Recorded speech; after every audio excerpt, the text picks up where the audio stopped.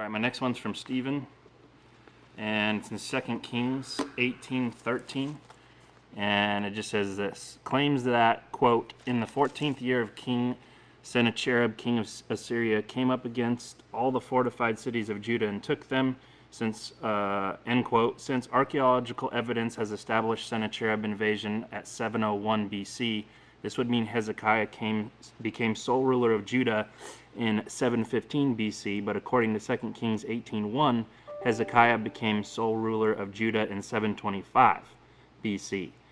This is a discrepancy of 10 years. How do you explain this? What is your corroborating evidence? Okay, first off, when you're looking at numbers in the book of 2 Kings and in this case it would be in 2 Chronicles, when you're looking at the numbers there, you got to remember that what we're dealing with is information that's a good 3,000 years old, and so there are situations going on with the governments at that time that we don't have any knowledge of as far as what they're counting from and that kind of thing. Another thing that people make a mistake in when they're looking at the chronologies is thinking that the Jews do chronologies in exactly the same way that we do.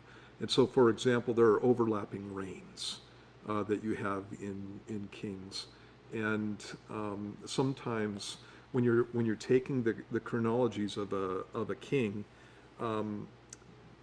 one king will take, and this isn't confined to the Bible, this is just ancient documents in general. So, for example, I die in 2025, and Matt takes over in 2025. Yeah. And so when you have something like that, you can have an overlap that takes place on that year, and it can cause problems when you're looking at it from a kind of a Greek standpoint in looking at these things. One of the other things that you have with specifically Hezekiah had a co-regency with his father, and so if you look in let's see, it's not going to be. Is it in this one? It's probably in Chronicles. Let me turn over to Chronicles, 2 Chronicles chapter 29.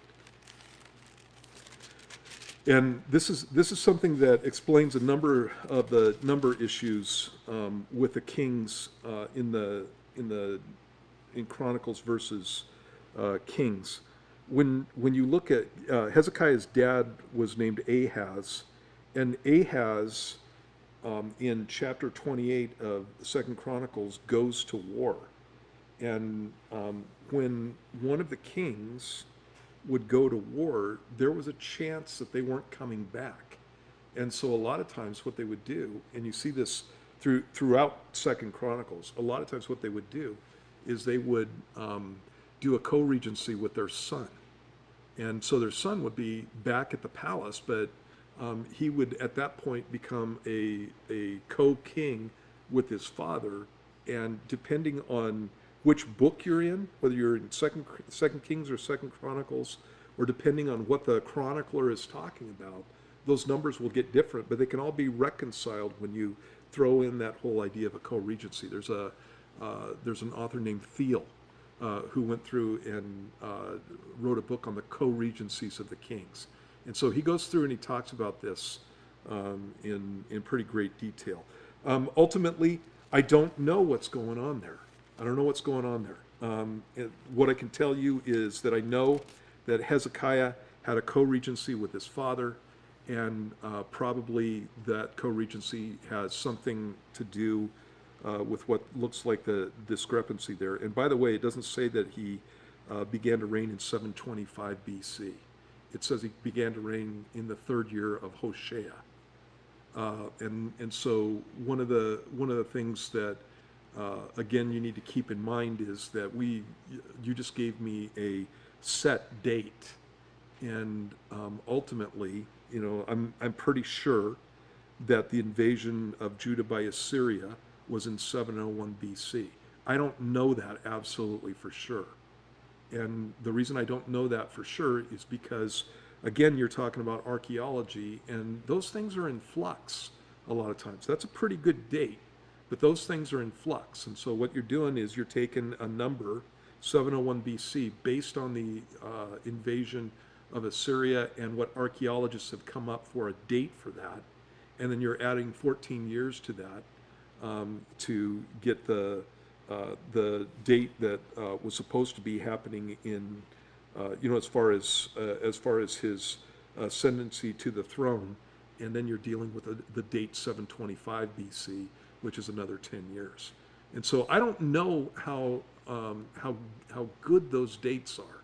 And so ultimately, they're going to be most of the dating issues that I found in Second Kings and Second Chronicles, First Kings and First Chronicles also. I've been able to go through and reconcile. There are a few that we don't have enough information on, and this is one of them. But I could tell you almost for sure that it probably has to do with the co-regency of Hezekiah with his father. There's stuff going on also in archaeology, like in the Exodus and the Egyptian archaeology, because a lot of the stuff that they have pinned down was based off of archaeologicals or archaeologists' interpretation of a certain event and actually a certain word that used to get a date. Well, because he was an authorized archaeologist, they used that date and then went from there for everything else. Right. So when you're comparing all the dates, it's from that presupposed position. Well, there's now archaeologists coming along, and I know this because we just went to the Portland Museum about 6 months ago, whenever it was, for the whole King Tut exhibit. And there's archaeologists now that are challenging that date based off evidence we have now. Right. So we got to remember that they're digging stuff up, trying to pin this down, but you're talking about 700 years ago, and nobody was there. Right. Yeah. So, and what Matt's talking about is there's a difference between whether or not an archaeologist puts the Exodus in the 12th century BC or whether they put it in the 15th century BC.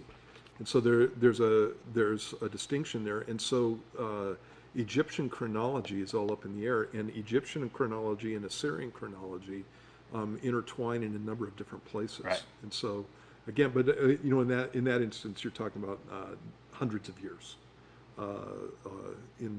as far as a distinction. So again, letting you know, it probably has to do with the co-regency of Hezekiah, and we don't have enough information to pin everything down. A lot of times when you're looking at these co-regencies and you're seeing distinctions like one king was 8 years old in one passage when he began to reign, and he was 18 years old in another passage when he began to reign. Well, he had a 10-year co-regency with his father because his father went to war, and that started when he was 8 years old. That's a pretty easy one to reconcile. yeah.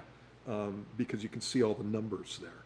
And Hezekiah's situation was a little bit harder than that.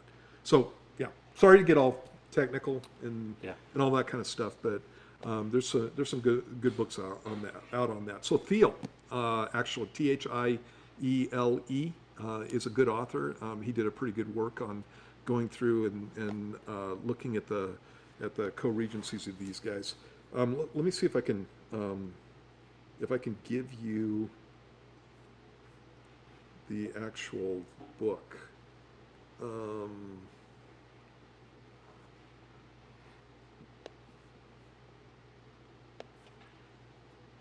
Oops. Sorry, guys. Don't mean to be. Co-regencies and overlapping reigns among the Hebrew kings by Edwin R. Thiele, Thiele. Great book to have.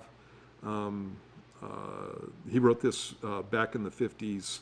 It's a basic book that everybody needs to have. He goes through and he reconciles most of the numbers problems in Chronicles and Kings. Awesome. Good book. All right, thanks for posting, Stephen. Appreciate it. Hopefully that gives you direction or answers your question.